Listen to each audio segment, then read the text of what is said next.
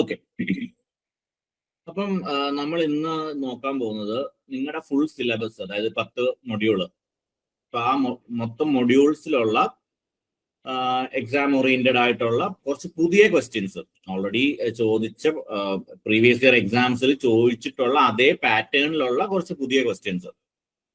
അത് ഞാൻ റാൻഡം ആയിട്ടും ചില മൊഡ്യൂൾസിലൊക്കെ ഒരുമിച്ചു അങ്ങനെയൊക്കെയാണ് ഇട്ടിരിക്കുന്നത്. അപ്പൊ നിങ്ങൾക്ക് എത്രമാത്രം പഠിച്ചു, എന്തൊക്കെ അറിയാമെന്നൊക്കെ നിങ്ങൾക്ക് ഒന്ന് ടെസ്റ്റ് ചെയ്യാനുള്ളൊരു ചാൻസും കൂടെയാണിത്. കുറച്ചധികം ക്വസ്റ്റ്യൻസ് ഉണ്ട്. അപ്പൊ ഞാൻ കുറച്ച് സ്പീഡിലായിരിക്കും പോകുന്നത്. നിങ്ങൾക്ക് സംശയം ഉണ്ടെങ്കിൽ അപ്പൊ അൺമ്യൂട്ട് ചെയ്തിട്ട് ചോദിച്ചാൽ മതി. ഒന്നാമത്തെ ക്വസ്റ്റ്യൻ സിമ്പിൾ ക്വസ്റ്റ്യൻ ആണ്, ഫ്ലോ ഓഫ് ഇലക്ട്രോൺസ്. നിങ്ങളുടെ ഒരു ടെക്നീഷ്യൻ ലെവൽ എക്സാമിനൊക്കെ മാക്സിമം എപ്പോഴും ചോദിക്കാറുള്ളതാണ്. എന്താണ് ഫ്ലോ ഓഫ് ഇലക്ട്രോൺസ് എന്ന് പറയുന്നത്? എന്താണ് ഇങ്ങനെ ചോദിച്ചാലും നിങ്ങൾക്ക് ഡൗട്ട് വരും. ഇതിലിപ്പോ ചാർജ് എന്നൊരു ഓപ്ഷനും കൂടെ ഉണ്ടായിരുന്നെങ്കിൽ ചിലപ്പോൾ നിങ്ങൾക്ക് ഒരു ഡൗട്ടൊക്കെ വരും, ഏതാ ഉത്തരം. ഈ ഒരു ഓപ്ഷൻസിൽ നിന്ന് നമുക്ക് അറിയാം ഫ്ലോ ഓഫ് ഇലക്ട്രോൺസ് എന്ന് പറയുന്നത് കറണ്ട് ആണ്. അതുപോലെ കറണ്ട് നമുക്ക് എന്ത് പറയാം? Flow of charge per unit time. Flow of charge, അപ്പൊ ഇലക്ട്രോൺസ് എന്ന് ഉദ്ദേശിക്കുന്നത് ശരിക്കും ചാർജ് തന്നെയാണ്. Flow of charge per unit time in specific direction, അതാണ് ഇലക്ട്രിക് കറണ്ട് എന്ന് പറയുന്നത്. അത് എല്ലാവർക്കും അറിയുന്ന കാര്യം തന്നെ. അപ്പൊ ഇതാണ് അതിന്റെ വോൾട്ടേജ് ഈസ് ദ ഫോഴ്സ്. അതിന്റെ എക്സ്പ്ലനേഷൻ ഒക്കെയാണ്. അപ്പൊ നിങ്ങൾക്ക് ഞാനത് PPT തരാം, അപ്പൊ നിങ്ങൾ നോക്കിയാൽ മതി. സ്ലൈഡ് തരാം, അപ്പൊ നോക്കിയാൽ മതി. സിമ്പിൾ കാര്യം തന്നെ. Second question, which of the following material is considered the best conductor? ഇതിനകത്ത് ബെസ്റ്റ് കണ്ടക്ടർ ആണ്. നമ്മൾ കൊമേഴ്ഷ്യലി യൂസ് ചെയ്യുന്നതിൽ ഏതാ ബെസ്റ്റ് എന്നല്ല ചോദിച്ചിരിക്കുന്നത്. ഇതില് ഏറ്റവും ബെസ്റ്റ് കണ്ടക്ടർ ഏതാണെന്നാണ്. അത് ഏതാണ്? സിൽവർ. പക്ഷെ സിൽവർ നല്ല കോസ്റ്റ്ലി ആയതുകൊണ്ടാണ് നമ്മൾ മോസ്റ്റ്ലി വൈഡ്ലി യൂസ്ഡ് എന്ന് പറയുന്നത് കോപ്പർ ആണ് യൂസ്ഡ്. സിൽവർ ആണ് highest electrical conductivity. Highest electrical conductivity ഉള്ളത് സിൽവറിനാണ്. ഹയസ്റ്റ് ഇലക്ട്രിക്കൽ കണ്ടക്ടിവിറ്റി ഉള്ളത് സിൽവറിനാണ്. അതുകൊണ്ട് തന്നെ നമ്മൾ ബെസ്റ്റ് കണ്ടക്ടർ എന്ന് പറയുമ്പോൾ സിൽവർ ആണ്. Next question, an insulator is A material that has, എന്താണ്? വെരി ലോ റെസിസ്റ്റൻസ് ആണോ? അതായത് ഇപ്പം ഞാനിപ്പോ നിങ്ങളുടെ അടുത്ത് ചോദിക്കാൻ നിൽക്കുന്നില്ല, നിങ്ങൾ ഇതിന്റെ ഉത്തരങ്ങൾ നോക്കി പോവുക. അപ്പൊ ഞാൻ ആൻസർ പറയുന്നതിൽ എന്തെങ്കിലും നിങ്ങൾക്ക് സംശയം ഉണ്ടെങ്കിൽ അപ്പൊ അൺമ്യൂട്ട് ചെയ്തിട്ട് ചോദിക്കുക. ഓക്കെ, കാരണം ഇത് കുറച്ച് സിമ്പിൾ ഏരിയ ആണ്. കുറച്ച് കൺഫ്യൂസിംഗ് ആയിട്ടുള്ള ഏരിയ വരുമ്പോൾ ഞാൻ അതിനനുസരിച്ച് പറയാം. അപ്പൊ ഇതെന്താണ്? ഇൻസുലേറ്റർ എന്ന് പറഞ്ഞാൽ എന്താണ്? അപ്പൊ ഇൻസുലേറ്റർ എന്ന് പറയുമ്പോൾ കണ്ടക്ട് ചെയ്യത്തില്ല, അതൊക്കെ നമുക്കറിയാം അല്ലെ. അതായത് കണ്ടക്ടേഴ്സും ഇൻസുലേറ്റേഴ്സും ഒക്കെ ഉണ്ട്. ഇവിടെ പക്ഷേ ഓപ്ഷനില് ബാൻഡ് ഗ്യാപ്പിന്റെ പേരിലും വാലൻസ് ഇലക്ട്രോൺസിന്റെ പേരിലൊക്കെ. അപ്പൊ ഓപ്ഷൻസ് കുറച്ച് കൺഫ്യൂസിങ് ആണ്, ചിലർക്കെങ്കിലും തെറ്റാം. അപ്പം ഇൻസുലേറ്റർ എന്ന് പറയുമ്പോൾ ഫ്രീ ഇലക്ട്രോൺസ് ഇല്ല, കാരണം അത് കണ്ടക്ട് ചെയ്യുന്ന സാധനമല്ല. വെരി ലോ റെസിസ്റ്റൻസ് ആവാനുള്ള സാധ്യതയും ഇല്ല, കാരണം ഇൻസുലേറ്റർ കണ്ടക്ട് ചെയ്യത്തില്ലെന്നാണ്. High number of valence electrons. Valence ബാൻഡിൽ ഒരുപാട് ഇലക്ട്രോൺസ് ഉണ്ടെങ്കിൽ അത് കണ്ടക്ട് ചെയ്യും. ഇപ്പൊ എന്താണ്? ലാർജ് ബാൻഡ് ഗ്യാപ്പ് ആണ് അല്ലെ. അതായത് വാലൻസ് ബാൻഡും കണ്ടക്ഷൻ ബാൻഡും തമ്മിലുള്ള ബാൻഡ് ഗ്യാപ്പ് വളരെ വളരെ വലുതാണ്. അല്ലെങ്കിൽ ബാൻഡ് ഗ്യാപ്പ് എന്നോ അല്ലെങ്കിൽ ഫോർബിഡൻ എനർജി ഗ്യാപ്പ് എന്നൊക്കെ പറയും. ഇപ്പൊ ഇൻസുലേറ്റേഴ്സിന് അത് വളരെ വലുതാണ്. കണ്ടക്ടേഴ്സിനാവുമ്പം ഓൾമോസ്റ്റ് അത്ര, അതായത് ഇൻസുലേറ്റേഴ്സിനുള്ളതിനേക്കാളും ബാൻഡ് ഗ്യാപ്പ് കുറവായിരിക്കും. അപ്പം വാലൻസ് ബാൻഡിൽ നിന്ന് കണ്ടക്ഷൻ ബാൻഡിലേക്ക് ഇലക്ട്രോൺസിന് പോകാൻ എളുപ്പം ഉണ്ടാവും. അപ്പൊ അതാണ് കോൺസെപ്റ്റ് എന്ന് പറയുന്നത്. Question number 4. What is the SI unit of resistance? Simple question. Resistance ഓം ആണ്. ആംപിയർ എന്ന് പറയുന്നത് കറണ്ട്. വോൾട്ട് എന്ന് പറയുന്നത് വോൾട്ടേജിൻ്റെത്. വാട്ട് എന്ന് പറയുന്നത് പവറിന്റെ യൂണിറ്റ് ആണ്. ഇതൊക്കെ എക്സാമിന് ചോദിക്കാവുന്നതാണ്. പവറിന്റെ യൂണിറ്റ് ആണ്, ഇതൊക്കെ നിങ്ങൾക്ക് അറിയാം അല്ലെ. അടുത്തത്, the process of tinning which involves coating the tip of soldering iron with solder. അപ്പൊ സോൾഡറിങ് ആയപ്പോൾ ടിന്നിങ് എന്ന് പറഞ്ഞൊരു പ്രോസസ് ഉണ്ട്. നമ്മള് ലാബിലൊക്കെ നിങ്ങൾ ചെയ്തിട്ടുണ്ടോ, എല്ലാവരും ചെയ്തിട്ടുണ്ടോ എന്നറിയില്ല. നമ്മൾ സോൾഡറിങ് ഒക്കെ ചെയ്യും. സോൾഡറിങ് വയറിങ് ഒക്കെ ചെയ്യുമ്പം സോൾഡറിങ് അയറിന്റെ ടിപ്പിൽ നമ്മൾ ഈ എന്താണ് സോൾഡർ, അതിന്റെ ടിപ്പിന് നമ്മൾ സോൾഡർ ചെയ്യും. സോൾഡർ വെച്ചിട്ട് സോൾഡറിങ് ചെയ്യും. അപ്പൊ അത് എന്തിനാ ചെയ്യുന്നതെന്ന് ഉള്ളതാണ്. എന്തിനാ? ടിപ്പ് ഒന്ന് ഹാർഡൻ ആവാനാണോ, ക്ലീൻ ആവാനാണോ, ടിപ്പ് കണ്ടക്റ്റീവ് ആക്കാനാണോ? നമ്മൾ എന്തിനാ ശരിക്കും സോൾഡർ ചെയ്യുന്നത്? ഒരു പോയിന്റിൽ നിന്ന് മറ്റൊരു പോയിന്റിലേക്ക് കണക്ഷൻ മെയിൻറ്റെയിൻ ചെയ്യാൻ, അല്ല, ഒരു ഇലക്ട്രിക്കൽ കണക്ടിവിറ്റി ഉണ്ടാക്കാൻ വേണ്ടിയാണ് നമ്മൾ സോൾഡറിങ് ചെയ്യുന്നത്. അപ്പം ഇപ്പൊ ആ ടിന്നിങ് എന്നുള്ള പ്രോസസ്സ് എന്തിനാ ചെയ്യുന്നത്? Prevent oxidation. Tinning is done to prevent oxidation and ensure good heat transfer. Prevent oxidation and ensure good heat transfer. Tinning is done to prevent oxidation and ensure. അപ്പൊ എന്താണ്?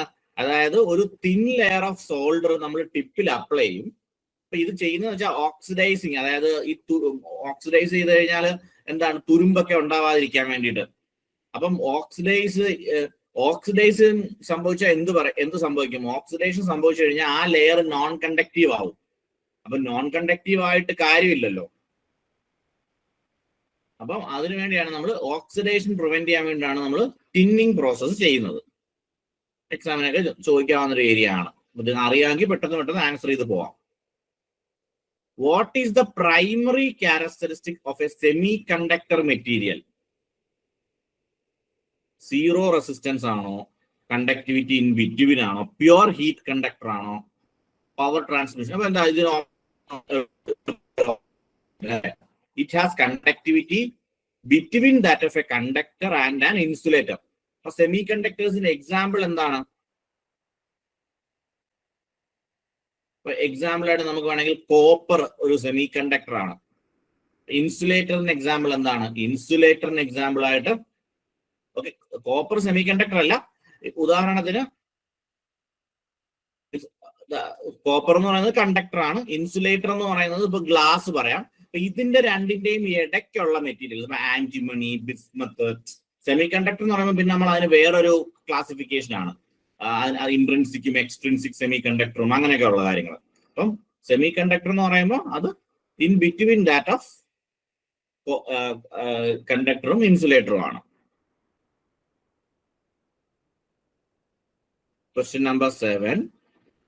ഇപ്പം ഈ PVC-യും പോളിയെത്തിലീൻ XLPE ഒക്കെ വെച്ചിട്ട്, cross linked പോളിയെത്തിലീനൊക്കെ വെച്ചിട്ട് ഒരു question ഉണ്ടായിരുന്നു നിങ്ങളുടെ. Which type of cable is specifically designed for high voltage application and has a special outer sheath for mechanical protection? PVC ആണോ, VIR കേബിൾ ആണോ? അപ്പം PVC-യും VIR കേബിളൊക്കെ ലോ പവർ ആപ്ലിക്കേഷൻ ആണ്, ലോ വോൾട്ടേജ് ആപ്ലിക്കേഷൻ ആണ് PVC ഒക്കെ. Cross link polyethylene ആണ്, അതായത് XLPE എന്ന് പറയുന്നത് ക്രോസ് ലിങ്ക്ഡ് പോളിയെത്തിലീൻ.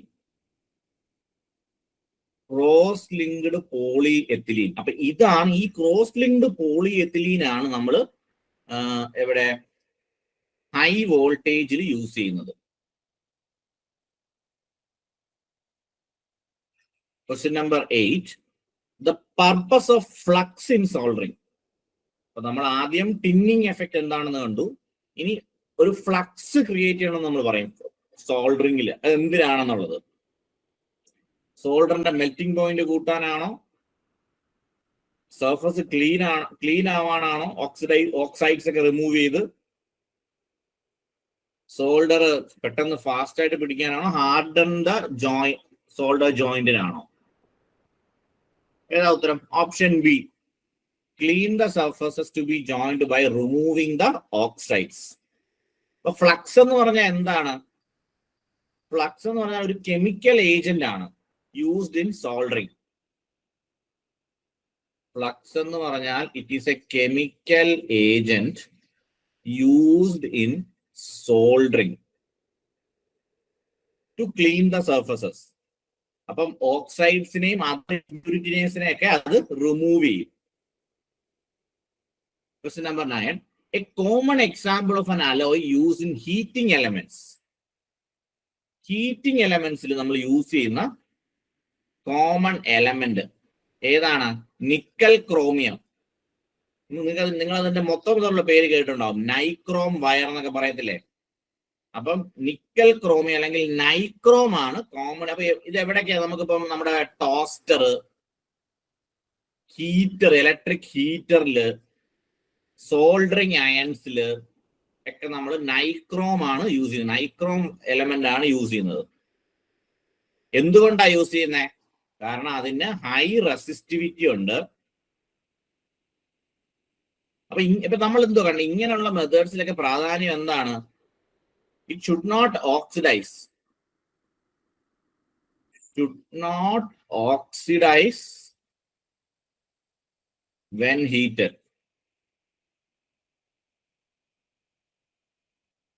അടുത്തത്, the normal operating temperature of a PVC insulator. അപ്പൊ നിങ്ങളുടെ എക്സാമിന് ഒരു 10-15 മാർക്കിന് എന്തായാലും ഇങ്ങനെയുള്ള വാല്യൂസ് ഒക്കെ കാണാതെ പഠിക്കേണ്ടതായിട്ട് വരും. അപ്പൊ PVC ഇൻസുലേറ്റഡ് കേബിൾ ഏത് ടെമ്പറേച്ചർ വരെ നിൽക്കും? 60 ഡിഗ്രി സെൽഷ്യസ് വരെയാണ് PVC, അല്ലെങ്കിൽ എന്റെ ഫുൾ ഫോമും ചോദിക്കാം, പോളി വിനൈൽ ക്ലോറൈഡ്. അപ്പം ഇതിന്റെ 60 ഡിഗ്രി മുകളിൽ പോയി കഴിഞ്ഞാൽ അതിന്റെ ഇൻസുലേഷൻ ഒക്കെ ഡാമേജ് ആവാനുള്ള ചാൻസ് ഉണ്ട്. ഇത്രയുമാണ് നിങ്ങളുടെ മൊഡ്യൂൾ 1-ൽ നിന്ന് ഞാൻ ആഡ് ചെയ്തിരിക്കുന്ന ക്വസ്റ്റ്യൻസ്. ആൻസർ ചെയ്യാൻ പറ്റുന്നുണ്ടോ? ഞാൻ ഇങ്ങനെ പറഞ്ഞു തരുന്നത് കൊണ്ട് നിങ്ങൾക്ക് യൂസ്ഫുൾ ആണോ? ഓക്കെ ആണോ?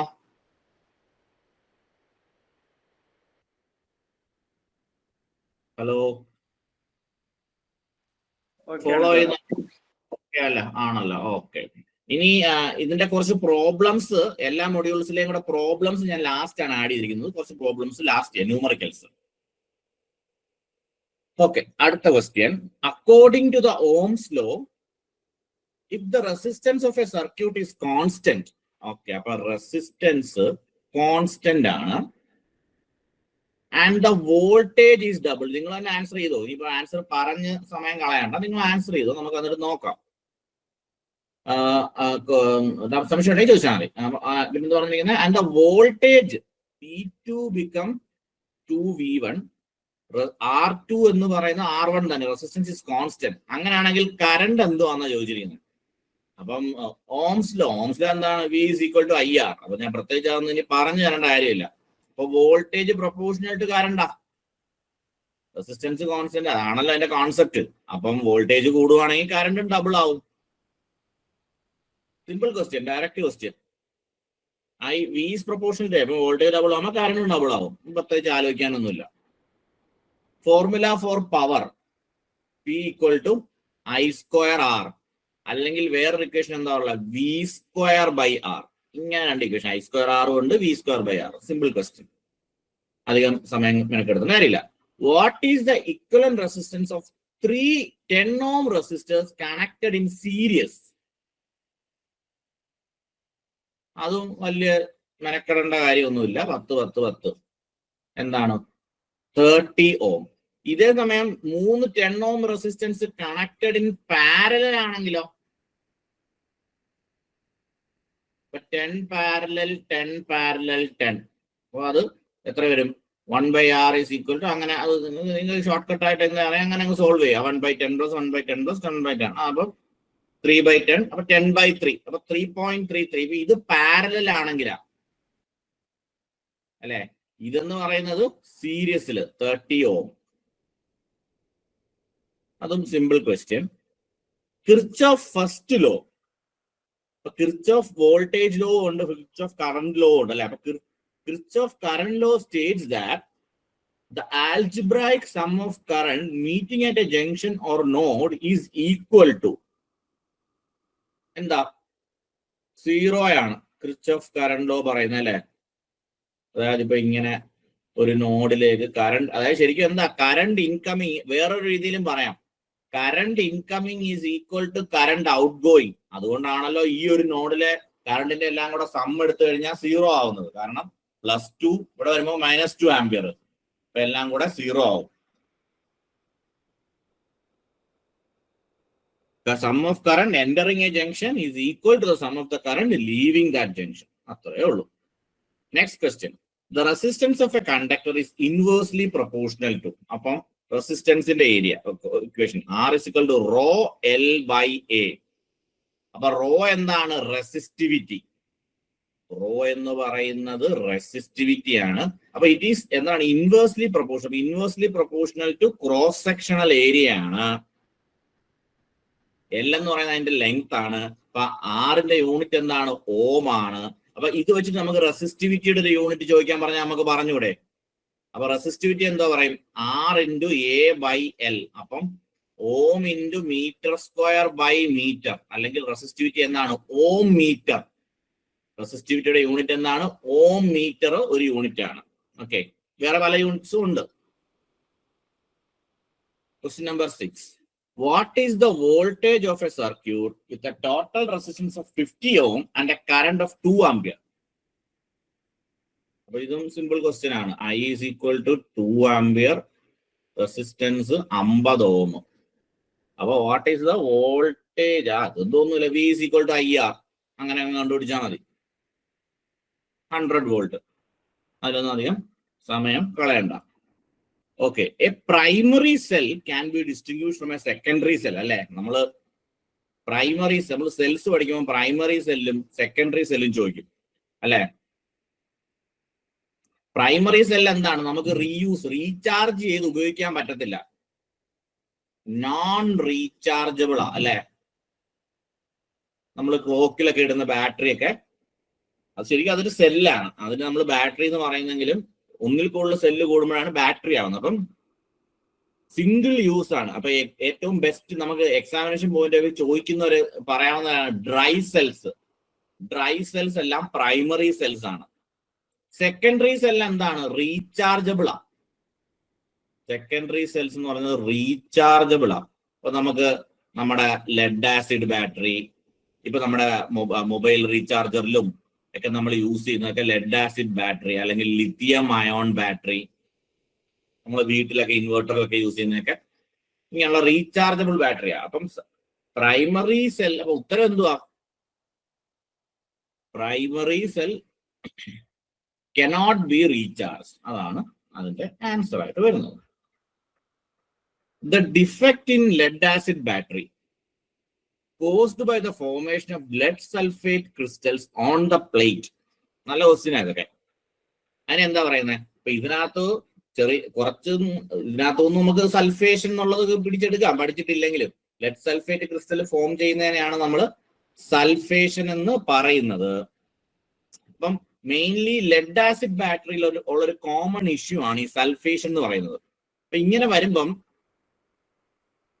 ഇന്റേണൽ റെസിസ്റ്റൻസ് കൂടും. ബാറ്ററിയുടെ ഇന്റേണൽ റെസിസ്റ്റൻസ് കൂടിക്കൊണ്ട് ബാറ്ററി ലൈഫ് കുറയും.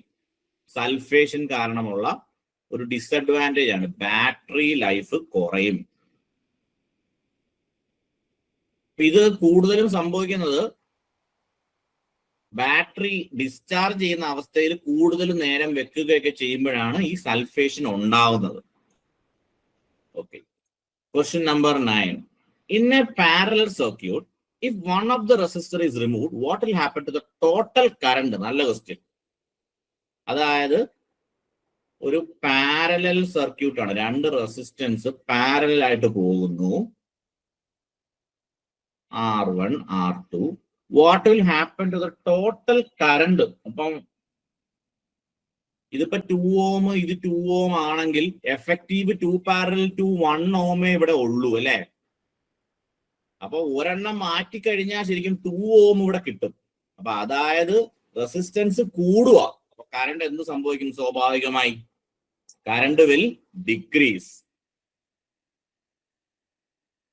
ശരിക്കും പാരലൽ കണക്ഷൻ ആയിരുന്നെങ്കിൽ പോലും, പാരലൽ കണക്ഷൻ ആണല്ലോ, അതുകൊണ്ട് ഒരു റെസിസ്റ്റൻസ് മാറ്റുമ്പം ശരിക്കും എന്താ, നമ്മൾ പെട്ടെന്ന് റെസിസ്റ്റൻസ് കുറയല്ലേ എന്ന് വിചാരിക്കരുത്. ഇവിടെ എഫക്റ്റീവ്ലി ഇൻഎഫക്റ്റീവ് റെസിസ്റ്റൻസ് ഇവിടെ കൂടുക, 2 ohm റെസിസ്റ്റൻസ് ആയി. അപ്പൊ കറണ്ട് വിൽ ഡിക്രീസ്.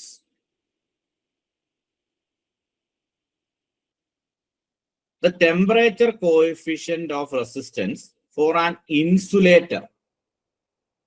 നമ്മൾ ആദ്യമേ പഠിക്കും ഇൻസുലേറ്ററിനും അതുപോലെ തന്നെ സെമി കണ്ടക്ടേഴ്സിനൊക്കെ. ഇൻസുലേറ്റേഴ്സിനും അതുപോലെ തന്നെ സെമി കണ്ടക്ടേഴ്സിനും ഒക്കെ നെഗറ്റീവ് ടെമ്പറേച്ചർ കോഎഫിഷ്യന്റ് ആണ്.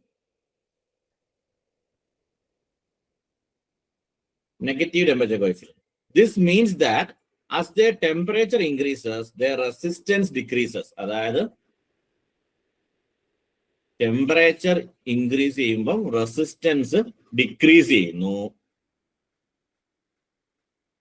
അതിന്റെ അതായത് നെഗറ്റീവ് എന്ന് പറഞ്ഞാൽ ടെമ്പറേച്ചറിനനുസരിച്ച് രണ്ട് തമ്മിൽ ഇൻവേഴ്സ് റിലേഷൻ ആയിരിക്കും. ഓക്കെ, അടുത്തത് മാഗ്നറ്റിസം എന്നുള്ള മൊഡ്യൂളിൽ നിന്നുള്ള ക്വസ്റ്റ്യൻസ് ആണ്. ഓക്കെ ആണോ? ഇതുവരെയുള്ള കാര്യങ്ങൾ ഓക്കെ ആണോ?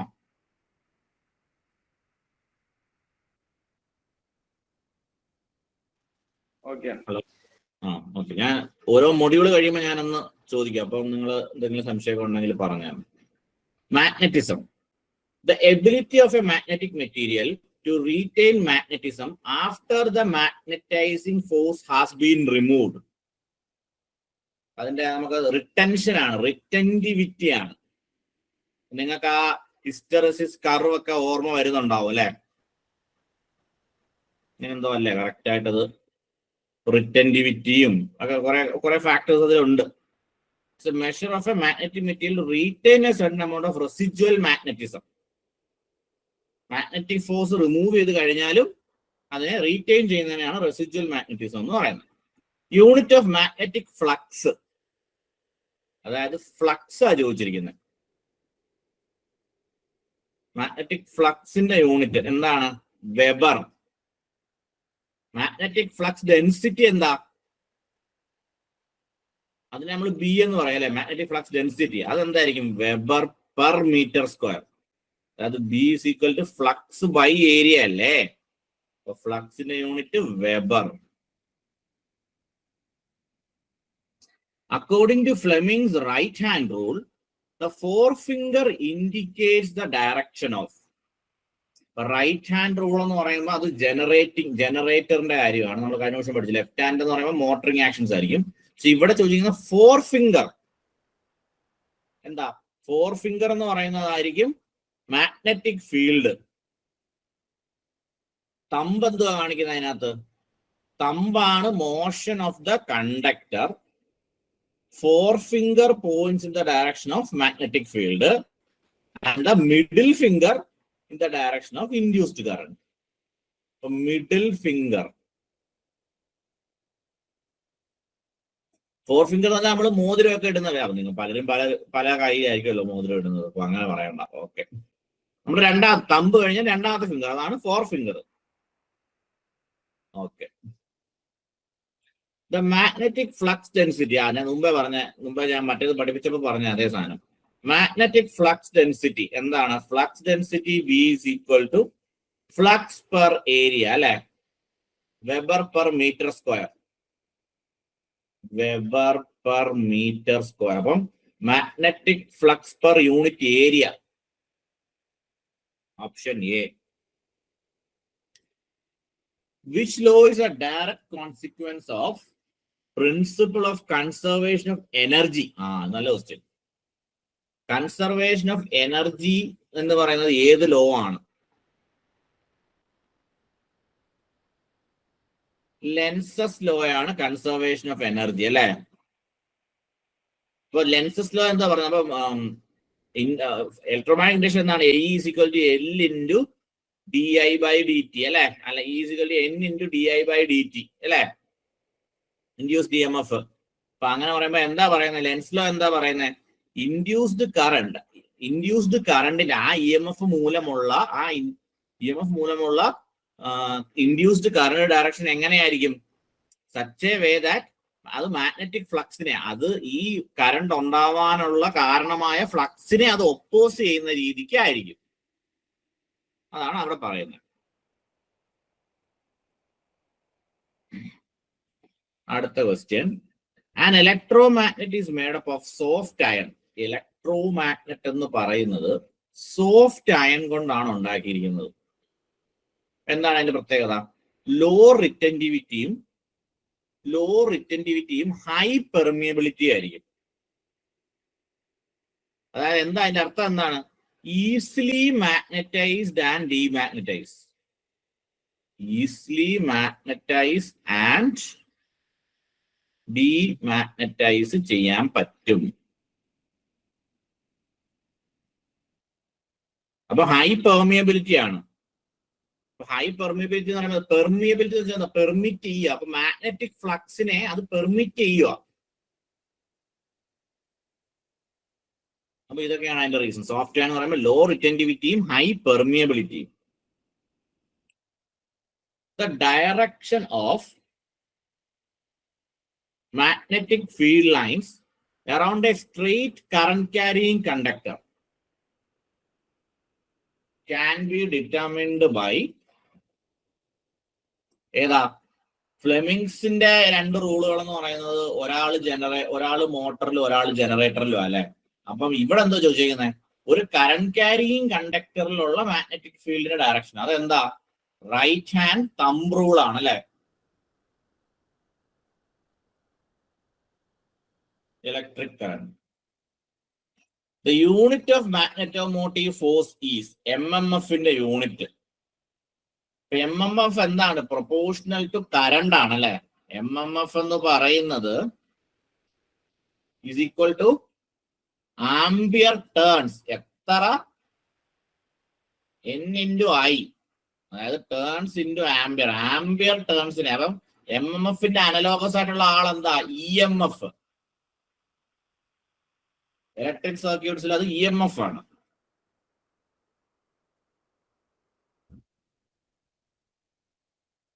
ഒമ്പതാമത്തെ ചോദ്യം, the property of a magnetic material that allows it to be magnetized. എന്താ പറഞ്ഞേ? നമ്മുടെ ഇലക്ട്രിക് സർക്യൂട്ടിലാണെങ്കിൽ അവിടെ കണ്ടക്ടൻസ് ആണ്, കണ്ടക്ട് ചെയ്യുന്നു. ഇവിടെ ഇലക്ട്രിക് ഫ്ലക്സിനെ പോകാൻ അനുവദിക്കുന്ന പ്രോപ്പർട്ടി എന്താണ്? പെർമിയൻസ് ആണ്. പെർമിയബിലിറ്റി എങ്ങനെയാണ്? മ്യൂ. Permeability mu. അപ്പം മെറ്റീരിയൽ പെർമിയബിലിറ്റി എന്താണ്? Measure of the ability of a material to support the formation of magnetic field. ഇപ്പം എക്സാമ്പിൾ ഏറ്റവും നല്ല ഹൈ പെർമിയബിലിറ്റി ഉള്ള ഒരു സാധനമാണ് iron. What is the effect on the magnetic field of a solenoid if the number of turns is doubled while keeping the current constant? നമുക്കറിയാം B is equal to mu0 into N into I. ഇതിലെന്താണ്? N എന്ന് പറയുന്നത് number of turns per unit length and current I. അപ്പൊ directly proportional ആണ്. അപ്പൊ ഇങ്ങനെ നോക്കിക്കഴിഞ്ഞാൽ നമുക്ക് എന്ത് പറയാം? നമ്പർ ഓഫ് ടേൺസ് ഡബിൾ ആക്കുവാണെങ്കിൽ ഇതും ട്വൈസ് as സ്ട്രോങ് ആവും. B is directly proportional to number of ടേൺസും അതുപോലെ തന്നെ കറണ്ടും ആണ്. അപ്പൊ കറണ്ട് കോൺസ്റ്റന്റ് ആക്കി വെച്ചോണ്ട് നമ്പർ ഓഫ് ടേൺസ് ഡബിൾ ആക്കി കഴിഞ്ഞാൽ magnetic field also will become double. Clear ആണോ? കാര്യം ക്വസ്റ്റ്യൻസ് ഒക്കെ ആൻസർ ചെയ്യാൻ പറ്റുന്നുണ്ടോ? ഞാൻ പറയുന്ന ആൻസർ പറയുന്നതിന് മുമ്പ് നിങ്ങൾക്ക് ആൻസേഴ്സ് കിട്ടുന്നുണ്ടോ? ഓക്കെ ആണോ? Hello, okay. ഇതിന്റെ ഉത്തരം എന്താ? RMS value of A sinusoidal AC waveform. എന്താണത്? അതിന്റെ ആവറേജ് വാല്യൂ ആണോ? റൂട്ട് മീൻ സ്ക്വയർ വാല്യൂ എന്താണത്? RMS വാല്യൂ എന്താ? നമ്മൾ സൈനസോയ്ഡൽ വേവ്ഫോം വരച്ചു കഴിഞ്ഞാൽ അതിന്റെ RMS വാല്യൂ എന്താ? ആവറേജ് വാല്യൂ അല്ല, പീക്ക് വാല്യൂ അല്ല. ആവറേജ് വാല്യൂ എന്ന് പറയുമ്പോൾ സൈനസോയ്ഡൽ വേവ്ഫോമിന്റെ 0 ആണ്. ഓരോ ഇൻസ്റ്റന്റിലുള്ള വാല്യൂ അല്ല. RMS എന്ന് പറഞ്ഞാൽ ഇത് മൊത്തത്തില്. RMS എങ്ങനെ നമ്മൾ കണ്ടുപിടിക്കുന്നത്? Root of area square by time period, അങ്ങനെയല്ല കണ്ടുപിടിക്കുന്നത്. അപ്പൊ എന്താണ് മൊത്തത്തിലുള്ള എഫക്റ്റീവ് വാല്യൂ? അതായത് ഇത് മൊത്തത്തിലൊരു AC സിഗ്നൽ അല്ലേ, ഇത് പോസിറ്റീവ് ഇത് നെഗറ്റീവും. അപ്പം ഇതിനെ സ്ക്വയർ ചെയ്യാന്ന് പറഞ്ഞാൽ എന്തുവാ? നെഗറ്റീവിനെ സ്ക്വയർ ചെയ്താലും പോസിറ്റീവ് കിട്ടും. പക്ഷെ ആവറേജിൽ സ്ക്വയറിംഗ് ഒന്നും ഇല്ല. അതുകൊണ്ടാണ് നമുക്ക് ആവറേജ് വാല്യൂ 0 ആവുന്നത്. പോസിറ്റീവ് മൈനസോടെ നെഗറ്റീവും കൂടെ 0 ആയി. പക്ഷെ RMS 0 അല്ല, കാരണം നമ്മൾ സ്ക്വയർ ചെയ്യുക. അപ്പൊ എന്താണ് ശരിക്കും? ACയുടെ എഫക്റ്റീവ് വാല്യൂ ആണ് നമ്മളിവിടെ കണ്ടുപിടിക്കുന്നത്. Okay. The main purpose of earthing earthing എന്തിനാണ് ചെയ്യുന്നതെന്ന്, വോൾട്ടേജിന്റെ path കുറയാനാണോ, voltage കുറയാനാണോ, power factor, options തന്നെ പെട്ടെന്ന് കത്താവുന്നതേ ഉള്ളൂ. Path for the flow of fault current, earthing അല്ലെങ്കിൽ ഗ്രൗണ്ടിങ് എന്നും പറയും. അപ്പൊ ശരിക്കും അത് എന്താണ്? ഒരു ലോ റെസിസ്റ്റൻസ് പാത്താണ് നമ്മൾ കൊടുക്കുന്നത്. It provides a low resistance path.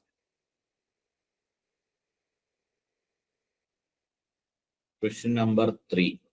What is the frequency of the AC supply used in most parts of the world, including India? ഇന്ത്യയിൽ 50 ഹെർട്സ് ആണ്, പക്ഷെ 60 ഹെർട്സ് ഉള്ള രാജ്യങ്ങളും ഉണ്ട്. അമേരിക്കൻ, യൂറോപ്യൻ കൺട്രീസിലൊക്കെ 50 ഹെർട്സ് ആണ്. നോർത്ത് അമേരിക്ക അവിടെയൊക്കെ 60 ഹെർട്സ്, കാരണം അവിടുത്തെ എക്യുപ്മെന്റ്സിന്റെ റേറ്റിംഗ് അതനുസരിച്ചായിപ്പോയി. അപ്പൊ ഇവിടെ 50 അവിടെ 60, അതിന് പ്രത്യേകിച്ച് റീസൺ ഒന്നുമില്ല. മെഷീന്റെ റേറ്റിംഗ് അനുസരിച്ചാണ്. കാരണം ഈ ഫ്രീക്വൻസിക്ക് അനുസരിച്ചാണ് സ്പീഡ് വരുന്നത്, അല്ലെ? സ്പീഡ് എന്താ? സ്പീഡിന്റെ ഇക്വേഷൻ എന്താ? NS = 120 F/P. അപ്പം ഈ ഒരു ഫ്രീക്വൻസിക്ക് അനുസരിച്ചായിരിക്കും മെഷീൻസിന്റെ ഒക്കെ റേറ്റിംഗ്. അപ്പൊ അതനുസരിച്ച് നമ്മുടെ വീട്ടിലുള്ള ബാക്കിയുള്ള എക്യുപ്മെന്റ്സും കണക്ഷനും ഒക്കെ. അതുകൊണ്ടാണ് ഫ്രീക്വൻസി 50 അങ്ങ് ഫിക്സ് ചെയ്ത് വെച്ചിരിക്കുന്നത്. The purpose of MCB, miniature circuit ബ്രേക്കറിന്റെ പർപ്പസ് എന്താണ്? അപ്പൊ protects the circuit from overload ആണോ? എന്താണ്? Overload and short circuit. MCB protects the circuit from overload and short circuit. അടുത്തൊരു question. What is the maximum number of lighting points allowed in a single sub-circuit as per Indian standard? ഒരു simple സർക്യൂട്ടിൽ, അതായത് IE rules അനുസരിച്ച് ഒരൊറ്റ sub സർക്യൂട്ടില് എന്താണ് 10 points ആണ്, അല്ലെ? അതായത് ഫാൻ ലോഡും ലൈറ്റ് ലോഡും എല്ലാം കൂടെ മോർ ദാൻ 10 പാടില്ല. പവർ സബ് സർക്യൂട്ട് ആണെങ്കിൽ ലിമിറ്റ് എന്ന് പറയുന്നത് 2 ആണ്. അടുത്തത്, what the primary purpose of ELCB, earth leakage circuit breaker അല്ലെങ്കിൽ റെസിജ്വൽ കറണ്ട് ബ്രേക്കർ, RCCB, എന്താണ് അതിന്റെ പ്രൈമറി പർപ്പസ് എന്ന് പറയുന്നത്? പ്രൊട്ടക്ഷൻ അഗെയിൻസ്റ്റ് ഇലക്ട്രിക് ഷോക്ക് ആണ്. നമുക്ക് വീട്ടിൽ നമ്മൾ ഉപയോഗിക്കുമ്പോൾ ഷോക്ക് അടിക്കാതിരിക്കാൻ വേണ്ടിയിട്ടാണ് ശരിക്കും ELCB ഒക്കെ പെട്ടെന്ന് ട്രിപ്പ് ആവണം. അപ്പം ഒരു small leakage current to earth വന്നാലും അത് ഡിറ്റക്ട് ചെയ്യും. അപ്പം എവിടെയാണ് ഒരു ലൈവ് വയറിൽ ഒരു ഇംബാലൻസ്, എന്തെങ്കിലും ഒരു ഫോൾട്ട് ഡിറ്റക്ട് ചെയ്ത് കഴിഞ്ഞാൽ അപ്പോഴേ ഇത് ട്രിപ്പ് ആവും. ഫസ്റ്റ് ELCB ആയിരിക്കും ട്രിപ്പ് ആവുന്നത്. പിന്നെ the insulation resistance of a low voltage insulation should be measured with a megar at a voltage of. അപ്പൊ മെഗർ, നമ്മൾ എർത്ത് റെസിസ്റ്റൻസ് ഒക്കെ മെഷർ ചെയ്യാനാണ് മെഗർ, അല്ലെ? മെഗർ അല്ലെങ്കിൽ മെഗാ ഓം മീറ്റർ എന്നും പറയാറുണ്ട്. അപ്പം അപ് ടു 500 വോൾട്ട് ആണ്. അതായത് നമ്മൾ ശരിക്കും മെഗർ ചെയ്യുമ്പോൾ എന്താ ചെയ്യുന്നത്? നമ്മൾ ഒരു സബ്സ്റ്റേഷനിലൊക്കെ കേബിളൊക്കെ ലേ ചെയ്ത് അത് പവർ അപ്പ് ചെയ്യുന്നതിന് മുമ്പ് ആ കേബിൾസിന്റെ ഇൻസുലേഷൻ ഒന്ന് ടെസ്റ്റ് ചെയ്യും. അപ്പൊ അതിനുവേണ്ടി നമ്മൾ എന്തോ ചെയ്യുന്നത്? ആ കേബിളിലോട്ട് നമ്മൾ വോൾട്ടേജ് ഇഞ്ചെക്ട് ചെയ്യും. അപ്പൊ അത് എത്ര വോൾട്ടേജ് വേണമെന്നാ ചോദിക്കുന്നത്. അപ്പം 500 വോൾട്ട് വരെയാണ് നമ്മൾ ലോ വോൾട്ടേജ് ഇലക്ട്രിക്കൽ ഇൻസുലേഷന് നമ്മൾ ഇഞ്ചെക്ട് ചെയ്യേണ്ടത്. പിന്നെ നമ്മൾ വേറൊരു കാര്യമുണ്ട്. നമ്മൾ ഈ മെഗർ ടെസ്റ്റ് ചെയ്യുമ്പം 2 സൈഡിലെ കേബിളും നമ്മൾ ഊരിയിട്ടിരിക്കണം, അല്ലേ? കാരണം നമ്മൾ ഇഞ്ചെക്ട് ചെയ്യുന്ന വോൾട്ടേജ് കയറിപ്പോയി നമ്മുടെ പാനലിൽ പോയി പാനൽ ചീത്തയാവാനുള്ള ചാൻസ് ഉണ്ട്. അതുകൊണ്ട് നമ്മൾ മെഗർ ചെയ്യുമ്പോൾ എപ്പോഴും 2 സൈഡിലും കേബിള് ഇൻകമിങ് ഔട്ട് ഗോയിങ് എല്ലാം ഊരിയിട്ടാണ് മെഗർ ചെയ്യേണ്ടത്. ടെസ്റ്റിംഗ് ആൻഡ് കമ്മീഷനിങ്ങിന് മുമ്പ് നമ്മൾ മെഗർ ചെയ്യും, അല്ലെ? The term grading of cables എന്താണ്? ഗ്രേഡിംഗ് ഓഫ് കേബിൾ എന്ന് പറഞ്ഞാൽ the use of multiple layers of insulation with different dielectric properties. അപ്പം ഹൈ വോൾട്ടേജ് കേബിൾസിൽ ഇലക്ട്രിക് ഫീൽഡിന്റെ യൂണിഫോം ഡിസ്ട്രിബ്യൂഷന് വേണ്ടിയിട്ടാണ് ഇത് യൂസ് ചെയ്യുന്നത്. അപ്പൊ ഇലക്ട്രിക് സ്ട്രെസ് ഒക്കെ കുറയാനുള്ള ചാൻസസ് ഉണ്ട്. അതുകൊണ്ടാണ് നമ്മൾ ഗ്രേഡിംഗ് ഓഫ് കേബിൾസ് ചെയ്യുന്നത്. What is the term for the opposition to the flow of alternating current caused by a capacitor? Capacitor എന്ന് പറയുന്നത് AC കറന്റിനെ എന്താണ്, അത് പേരിൽ തന്നെ ഉണ്ട്. കപ്പാസിറ്റർ എന്ന് പറയുന്നത് കപ്പാസിറ്റീവ് റിയാക്ഷൻസ് ആണ് അല്ലെ. XC എന്ന് പറയുന്നത് 1/C⍵. അപ്പം ഫ്ലോ ഓഫ് AC-നെ ഒപ്പോസ് ചെയ്യും. ഇപ്പൊ കപ്പാസിറ്റീവ് റിയാക്ടൻസ് എന്ന് പറയുമ്പോൾ നമ്മൾ ഓമിൽ തന്നെയാ പറയുന്നത്. കപ്പാസിറ്റൻസിന്റെ യൂണിറ്റ് ആണ് ഫാരഡ്. അപ്പൊ XC എന്ന് പറയുന്നത് നമ്മൾ പിന്നെ ഓർക്കേണ്ടത് it is inversely proportional to frequency അല്ലെ. ഒമേഗ എന്ന് പറയുന്നത് 2πf ആണ്.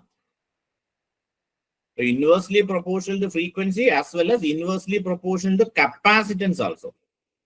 Wind up here. Thank you.